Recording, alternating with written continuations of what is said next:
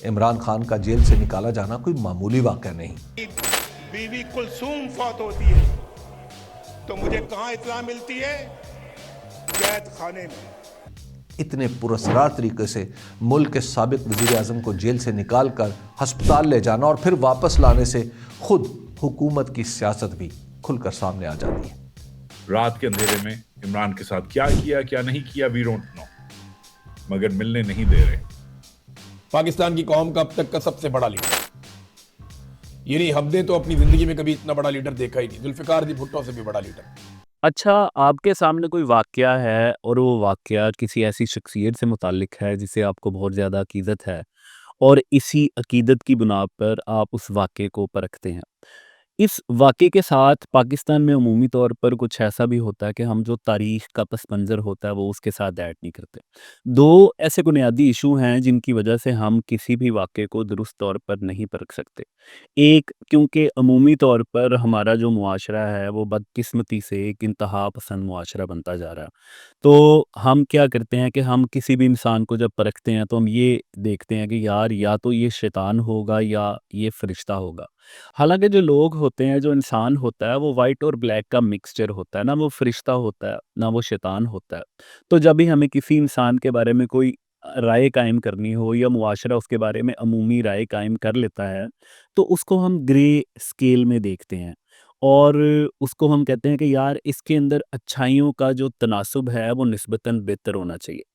اسی طرح جو دوسرا مسئلہ ہوتا ہے کسی بھی خبر کو پرکھنے کا، کسی بھی واقعے کو پرکھنے کا،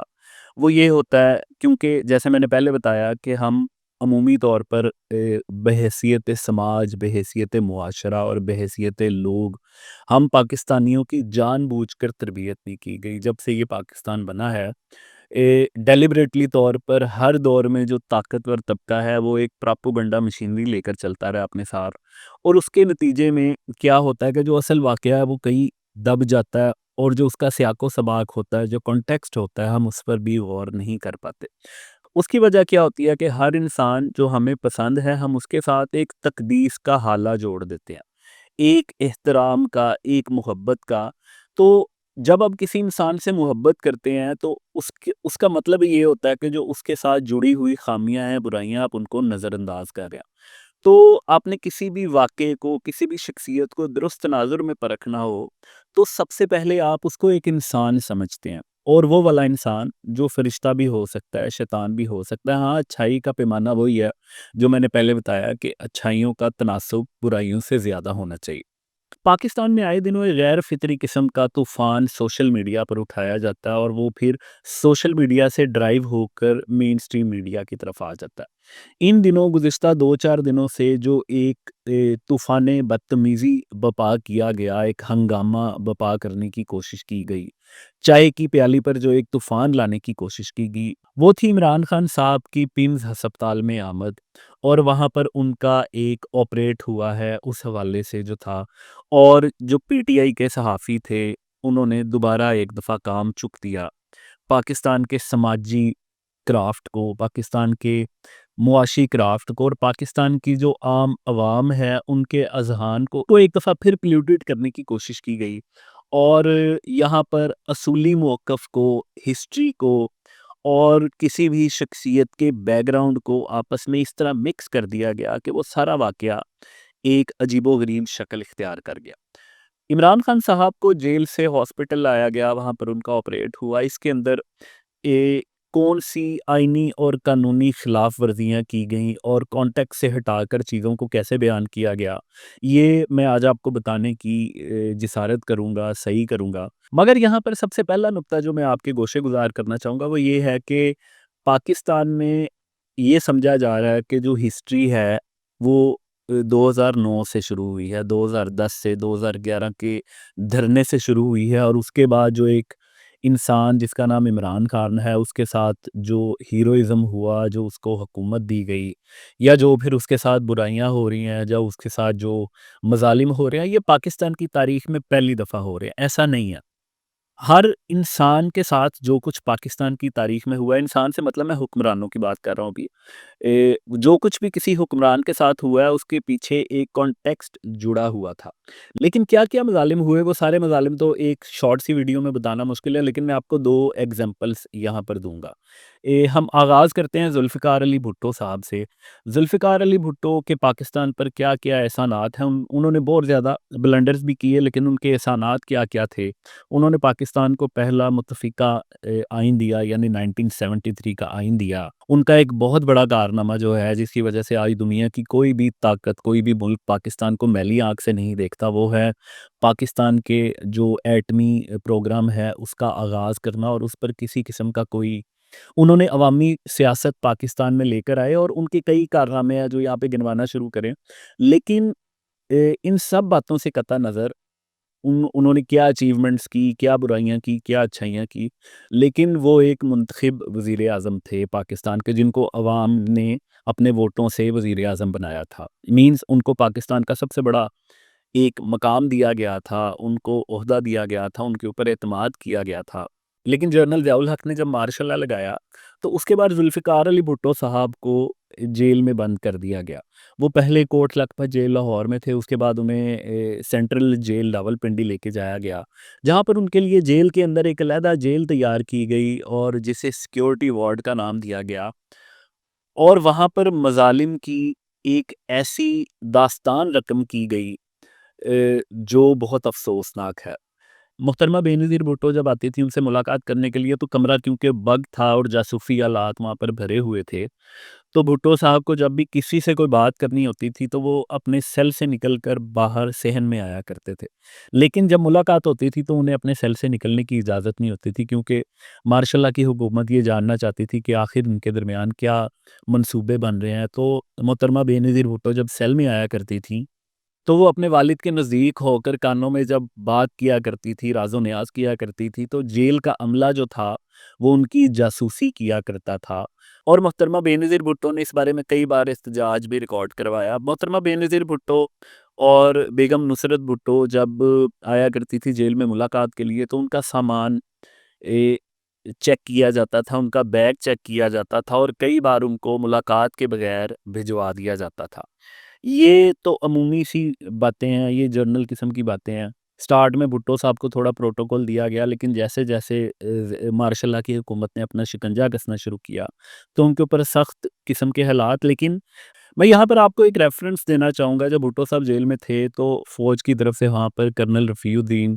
کو تعینات کیا گیا، جو راولپنڈی جیل کے سیکیورٹی سپرنٹینڈنٹ کہلائے۔ انہوں نے ایک کتاب لکھی تھی بھٹو کے آخری 323 دن، اس کے اندر انہوں نے ایک جگہ لکھا ہے،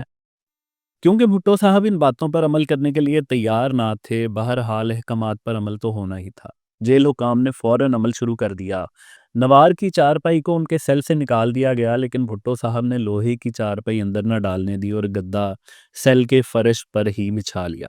انہوں نے اپنی ادویات اور حجامت کا سامان سیل سے باہر نہ نکالنے دیا۔ جیل حکام نے فیصلہ کیا کہ جب وہ غسل خانے میں جائیں گے تو یہ چیزیں ان کے سیل سے نکال لی جائیں گی۔ یا تو انہوں نے یہ بات سن لی یا پھر کسی نے کسی طرح ان کو بتا دی، اس لیے وہ غسل خانے سے کموڈ جو لکڑی کا ڈبہ ہی تھا جا کر خود اٹھا لائے اور اسے سیل کے ایک کونے میں رکھ دیا، اور پھر سیل سے باہر نکلنے پر رضامند نہ ہوئے۔ جب جیل حکام نے یہ دیکھا تو چند وارڈر اکٹھے کیے گئے اور سیکیورٹی وارڈ میں لے جا کر ان کو دالان میں حکم دیا گیا کہ کارروائی ہر حالت میں کی جائے گی۔ بھٹو صاحب نے جب یہ حالت دیکھی تو ایک بے بس انسان کی طرح خاموش رہے، اور اس طرح جیل حکام نے ان کے سیل سے ان کی ادویات وغیرہ اور حجامت کا سامان نکال لیا۔ اسی وقت بجلی کے سوئچ وغیرہ بھی باہر منتقل کر دیے گئے۔ وہ اس کارروائی پر بے حد غضبناک ہوئے، مگر ساتھ ہی ساتھ بے بسی کا عالم بھی تھا۔ 29 مارچ 1979 کو مسٹر پیرزادہ جو ان کے کونسلر بھی تھے ان سے ملنے جیل کے دفتر میں آئے۔ مجھے بتایا گیا کہ مسٹر بھٹو صرف ایک تولیہ اپنے ارد گرد لپیٹے ہوئے ہیں، کیونکہ انہوں نے اپنے کپڑے خود دھوئے ہیں اور وہ سوکھ رہے ہیں۔ انہیں جیل حکام نے بتایا کہ مسٹر پیرزادہ انتظار میں بیٹھے ہیں، تب انہوں نے اپنے دھوئے ہوئے کپڑے استری کے لیے دیے، جو آدھے خشک اور کچھ گیلے ہی تھے، پہن کر مسٹر پیرزادہ سے ملے۔ یہ پاکستان کے اپنے وقت کے سب سے بڑے لیڈر کی بات ہو رہی ہے جس نے عوامی محبت لی، مگر جیل میں اس کے ساتھ کیا کیا سلوک ہوا یہ بتانا ایک طویل ویڈیو کا متقاضی ہے۔ لیکن جب ان کو پھانسی کا اعلان کیا گیا، جیل کا عملہ بدلا، تو اینڈ میں بھٹو صاحب کے ساتھ بدترین سلوک کیا گیا۔ ان کی ڈیڈ باڈی کی برہنہ تصاویر بنائی گئیں تاکہ یہ الزام لگایا جا سکے کہ کیونکہ ان کے ختنے ہی نہیں ہوئے تو یہ تو کسی بیرونی ایجنٹے پر تھے اور باہر کے ایجنٹ تھے، یا یہ مسلمان ہی نہیں تھے۔ یہ ساری باتیں پاکستان کی سیاست، لیکن ان ساری باتوں کے ساتھ وہ سیاق و سباق، وہ کانٹیکسٹ، وہ پس منظر بھی بتانا بہت ضروری ہے کہ آخر بھٹو صاحب کے ساتھ یہ سلوک کیوں کیا گیا۔ یہ سلوک اس لیے ہوا کہ پاکستان میں مارشل لا تھا،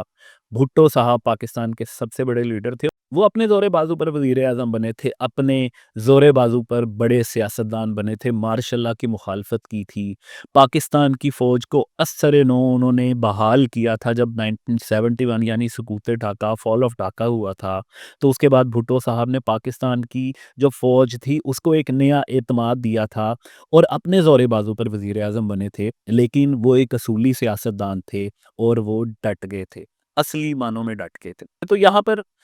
آپ کو یہ کانٹیکس سمجھ جانا چاہیے کہ ایکچولی پاکستان کی ہسٹری میں وزرائے اعظم کے ساتھ کیا کیا ہوتا رہا ہے۔ پہلا، کیوں ہوتا رہا ہے، یہ جو کیوں ہوتا رہا ہے اس پر بھی آپ نے غور کرنا ہے کہ کسی انسان کے ساتھ جو بھی ہو رہا ہے وہ کیوں ہو رہا ہے۔ دوسری آپ کو ایگزامپل دیتا ہوں کہ نواز شریف صاحب پاکستان کے وزیر اعظم رہے ہیں، بہت سی پراپوگنڈا مشینری جو ہے وہ نواز شریف صاحب کے بارے میں کچھ اچھے الفاظ کا اظہار نہیں کرتی، لیکن میری اپنی پرسنل رائے میں، کیونکہ میری رائے اس وجہ سے ہوتی ہے کہ کس انسان نے کیا وعدے کیے اور حکومت میں آ کر کیا ڈیلیور کیا، اور اگر میں پاکستان کے ایک شہری کے طور پر ایک غیر جانبدارانہ رائے قائم کروں، کسی انسان کو ہینڈسم کتنا ہے وہ اس بات پہ غور نہ کروں، اس کی قمیض میں کتنی موریاں ہیں اس بات پہ بات نہ کروں، اور کسی بھی چیز پہ بات نہ کروں، صرف اس چیز پہ بات کروں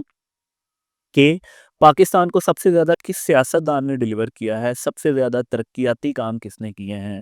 تو اس بات میں کوئی شک نہیں ہے کہ وہ نواز شریف صاحب ہیں۔ نواز شریف صاحب بلا شبہ وہ سیاستدان ہیں جنہوں نے پاکستان کو ترقی کی راہ پر گامزن کیا۔ ان کے کئی ایسے کام ہیں، گولڈن ہینڈ شیک وغیرہ، اور کچھ بڑے بڑے انہوں نے کانڈ بھی کیے ہوئے ہیں ایز اے وزیر اعظم، ایز اے پولیٹیشین، لیکن ان کی اچھائیاں بھی بہت زیادہ رہی ہیں جو پاکستان کو بہت زیادہ فائدہ مند۔ انہوں نے جو پروجیکٹ اٹامک شروع کیا گیا تھا، ایٹمی پروگرام، ذوالفقار علی بھٹو صاحب نے، نواز شریف صاحب نے عالمی پریشر کے باوجود، ذاتی لالچ، ذاتی رشوت اور حکومتی رشوت اور لالچ کے باوجود انہوں نے ایٹمی دھماکے کیے اور پوری دنیا کو اپنے خلاف کیا، ناراض کیا۔ انہوں نے پاکستان میں جو ترقیاتی کام کیے ہیں وہ سب کو پتا، لیکن ان ساری چیزوں کو سائٹ پر رکھ کر ہم اس پوائنٹ پہ آتے ہیں جب نواز شریف صاحب کو احتساب عدالت کی طرف سے ایون فیلڈ ریفرنس میں، یہ غالباً مئی کا مہینہ تھا جب ان کو سزا سنائی گئی، نواز شریف صاحب کو 10 سال کی سزا سنائی گئی تھی، مریم نواز صاحبہ کو 60 سال کی سزا سنائی گئی۔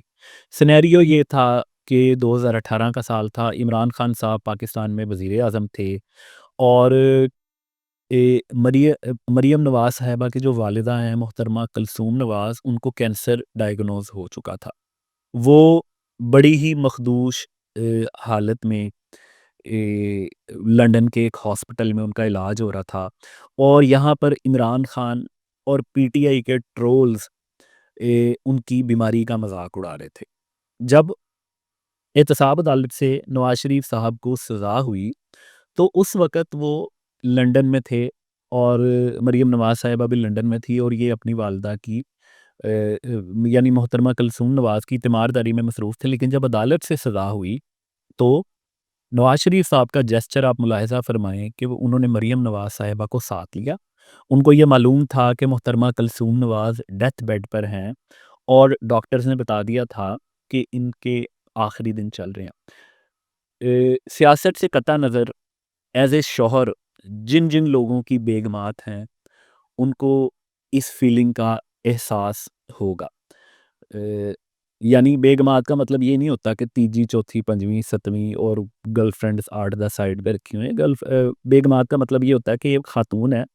جس کے ساتھ آپ کی شادی ہوئی ہے اور آپ اس کے ساتھ 10 سال، 20 سال، 30 سال سے مسلسل ہیں۔ ان کو اس بات کا احساس ہوگا کہ بیوی کی ویلیو کیا ہوتی ہے۔ پھر وہ بیٹیاں اولاد جن کو اپنی ماں سے پیار ہوتا ہے، سب کو اپنی ماں سے پیار ہوتا ہے، لیکن ایک ایفیلیشن وہ ہوتی ہے جہاں پہ ماں کے بغیر رہنا بڑا مشکل ہوتا ہے، جو پاکستان کا خاندانی سسٹم ہے، جو شریف فیملی کے اندر ہے۔ تو کتنا مشکل ہوگا نواز شریف صاحب کے لیے، محترمہ مریم نواز صاحبہ کے لیے، محترمہ کلثوم نواز کو ڈیتھ بیڈ پر چھوڑ کر پاکستان آنا، اور جب ان کو پتا ہے کہ پاکستان میں عمران خان صاحب ہاتھ میں ٹوکا لے کر کھڑے ہوئے ہیں، اور اگر نواز شریف صاحب پاکستان آ جائیں گے تو وہ کسی صورت بھی ان کو نہیں چھوڑیں گے۔ اور وہی ہوا کہ عمران خان صاحب تو باہر کے ملکوں میں جا کر اعلان کرتے تھے کہ اس کا میں AC اتروا دوں گا، اس کو میں گرمی میں مار دوں گا۔ یہ ویڈیوز اب سب کو پتہ ہے، یہ میں نہیں چلا رہا آج نا، میں آپ کو ویسے بات بتا رہا ہوں، جو ضروری ریفرنس ہے وہ میں درمیان میں دیتا رہوں گا۔ تو عمران خان صاحب اس حد تک انتقامی سیاست پر اترے ہوئے تھے۔ جب نواز شریف صاحب پاکستان آئے تو عمران خان صاحب کا اوپر کا سانس اوپر اور نیچے کا نیچے رہ گیا، اور انہوں نے اون چودھری جو ان کے اس وقت کے بہت کلوز ایک ساتھی ہوتے تھے، انہوں نے اپنی پریشانی کا اظہار کیا۔ انہوں نے کہا کہ میرا تو خیال تھا یہ نہیں آئے گا اور اس کو سزا ہو گئی ہے، یہ باہر ہی رہے گا، یہ تو آ گیا اور میرے لیے تو بڑا مسئلہ پیدا ہو جائے گا۔ پھر اون چودھری صاحب نے اس وقت کے آرمی چیف جنرل باجوہ کو درخواست کی کہ آپ اس کو کچھ دیکھیں، اور جنرل باجوہ صاحب نے کہا کہ آپ ٹینشن نہ لیں، اس کو ہم کر لیں گے۔ لیکن اس میں دوسرا پوائنٹ یہ ہے، نمبر 1 کہ نواز شریف صاحب اپنی بیٹی کو لے کر خود گرفتاری دینے آئے۔ نمبر 2 جب وہ ایئرپورٹ، لاہور ایئرپورٹ پہ غالباً جب وہ اترے تو آگے ہی ان کو گرفتار کرنے والے موجود تھے، تو نواز شریف صاحب نے اپنے دونوں ہاتھ آگے کیے، انہوں نے کہا جی مجھے آپ لے جائیں، مجھے عدالت سے سزا ملی ہے۔ انہوں نے یہ نہیں کیا کہ اپنے جو جوشیلے ورکرز ہیں، کوئی 100 200 1000 2000 اپنے ارد گرد اکٹھا کیا ہو، عورتیں اپنے ارد گرد اکٹھا کی ہوں، اور بہت بری ایگزامپل ہے، دینا نہیں چاہیے، لیکن وہ جو جمع دار ہوتا ہے اس کو گند سے نکالنا بڑا مشکل ہوتا ہے۔ اسی طرح کچھ ایسے سیاستدان بھی آئے، آپ میرا مطلب سمجھ جائیں گے، جنہوں نے ہر آخری حد تک کوشش کی کہ ہم گرفتار نہ ہوں، اور اینڈ میں ان کو بڑے بے عزت طریقے سے لے کے جایا گیا تو وہ گرفتار ہوئے، اور گرفتار ہونے کے بعد انہوں نے پاکستان میں آرمی کے خلاف بغاوت بھی کر دی۔ اب نواز شریف صاحب جیل میں ہیں، اور ایک ویڈیو میں آپ کو سنوانا چاہوں گا جب محترمہ کلثوم نواز صاحبہ کے بارے میں نواز شریف کو اطلاع ملی کہ ان کی حالت بہت بری ہے اور لنڈن میں شاید ان کا آخری وقت چل رہا ہے، تو نواز شریف صاحب نے اس وقت جیل سپرنٹینڈنٹ سے کیا درخواست کی، یہ ویڈیو دیکھیں۔